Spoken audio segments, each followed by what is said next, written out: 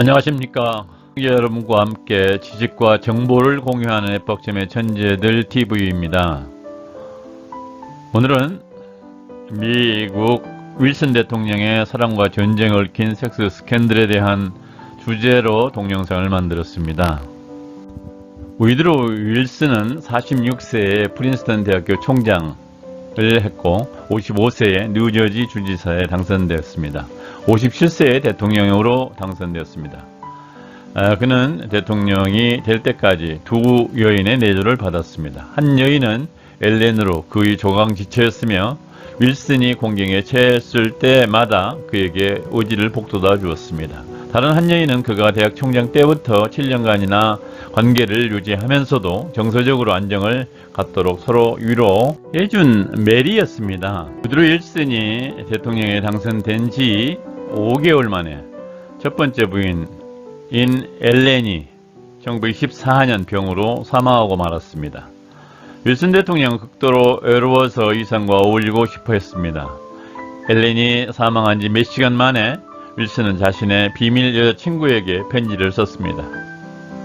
그 편지를 받은 주인공은 윌슨이 대학 총장 때 버뮤다에 만나 7년간 사귄 메리가 아니었습니다. 윌슨은 메리를 한때 구원자로 불렀으나 대통령의 편지를 받은 여인은 젊고 멋진 과부 이리스 볼링 칼트였습니다. 대통령 주치의는 대통령의 우울증을 치료하기 위하여 여자친구를 소개했습니다. 이리스는 메리보다 10년이나 젊었습니다. 이리스는 180cm의 키에 검은 머리에 눈이 깊고 푸른 미녀였습니다. 그녀는 판사인 아버지와 버지니아 태생인 어머니 사이에서 태어났습니다. 이리스는 포카혼타스의 직계 후손이었으며 토마스 제퍼슨 대통령과도 혈연 관계였습니다. 이리스는 남편 노먼 겔트는 워싱턴 DC에서 화려한 보석 가게를 하였으나 그가 사망했기 때문에 그에게 유산을 상속받을 수 있었습니다. 윌슨의 조카딸인 헬렌이 이리스를 백악관으로 초청하여 윌슨과 이리스는 처음으로 만나 데이트를 하게 되었습니다. 이리스는 그날 윌슨을 만난 행운에 대하여 우연한 만남이었지만 모퉁이를 돌면 운명의 왕자를 만난 격이라고 토로했습니다. 윌슨 대통령은 미모의 이리스에게 홀린 것처럼 행동을 했습니다.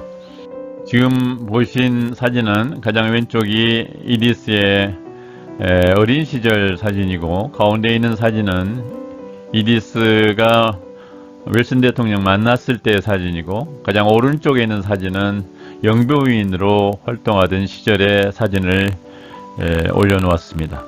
윌슨은 제1차 세계대전 중임에도 불구하고 이리스를 거의 매일 만났습니다.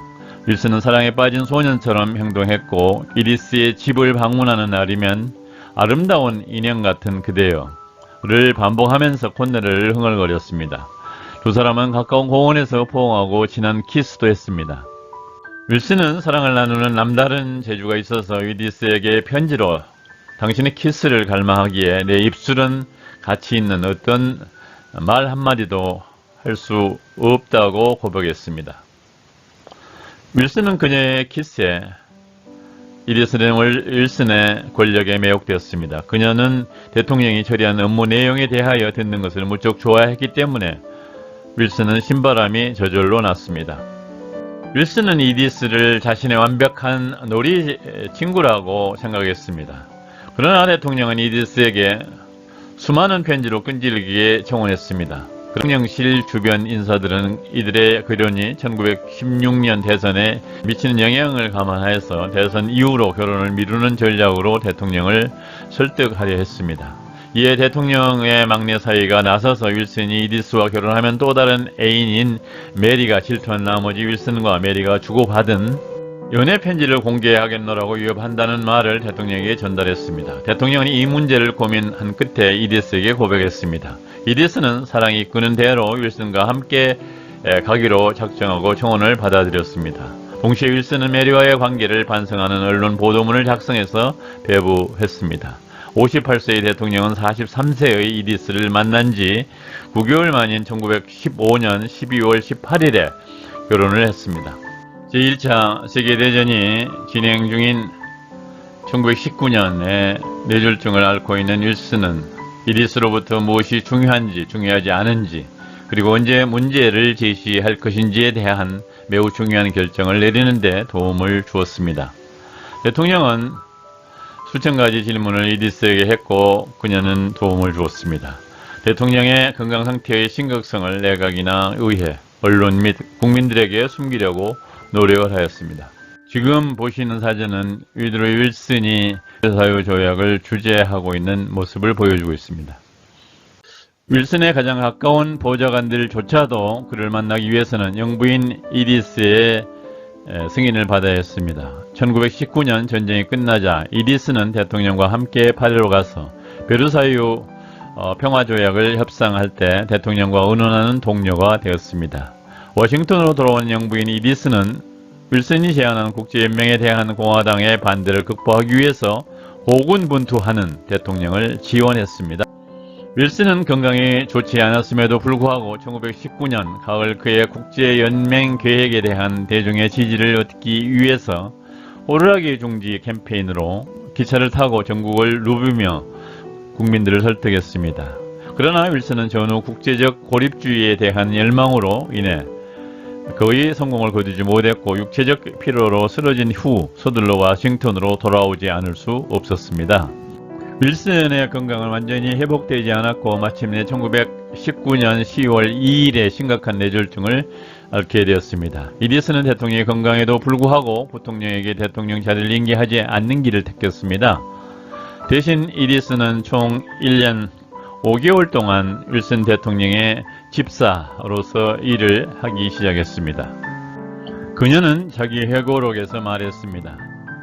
나는 다른 비서관이나 상원 의원이 보낸 모든 서류를 검토했고 경계했음에도 불구하고 대통령이 가지 않으면 안 되는 의제들을 소화하고 타블로이드 형식으로 발표하였습니다.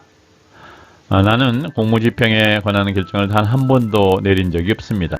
지금 화면에 나와 있는 두 개의 사진, 왼쪽은 이디스의 사진이고 오른쪽은 이디스의 도움을 받고 윌슨이 서류를 검토하고 있는 장면이 되겠습니다. 이디스는 윌슨 대통령이 단지 휴식이 필요할 뿐이며 업무를 침실에서 수행할 것이라고 공표했습니다. 동료들은 이디스의 승인 없이는 대통령과 대화하는 것이 허용되지 않았습니다. 그녀는 윌슨의 검토 또는 승인을 위한 모든 자료를 먼저 보고 그 중요성을 선별해냈습니다.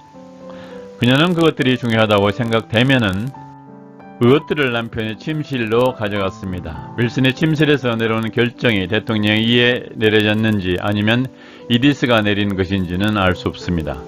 그녀가 일상적인 대통령 직무를 많이 도와준 것은 사실이지만 이디스는 자신이 어떤 프로그램도 참여하지 않았고 주요 결정을 내리거나 법안에 서명하거나 거부하거나 행정명령을 통해 행정부를 통제하려 한 적이 없다고 주장했습니다. 대통령의 업무를 대행한 영부인의 집사 노릇을 모든 사람들이 만족한 것은 아니었습니다. 한 공화당 상원 의원은 그녀를 수정된 참정권의 꿈을 이룬 여자 대통령이라고 혹평을 했습니다. 후세 역사가들은 남편 윌슨이 병에 걸렸을 때 이디스의 역할이 단순한 집사 신분을 넘어선 것이라는 결론을 내리고 있습니다.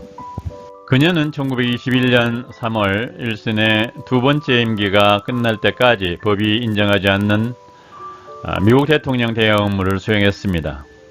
1921년 이디스는 윌슨 대통령과 함께 은퇴하고 워싱턴 DC에 있는 집으로 돌아가 1924년 2월 3일 윌슨이 사망할 때까지 그를 돌보았습니다. 오늘 동영상은 여기까지입니다. 감사합니다. 오늘 동영상을 만드는데 참고 문헌은 화면에 보는 바와 같이 3권의 책입니다. 이 3개의 자료를 참고로 해서 본 작가가 재구성한 동영상임을 밝혀줍니다.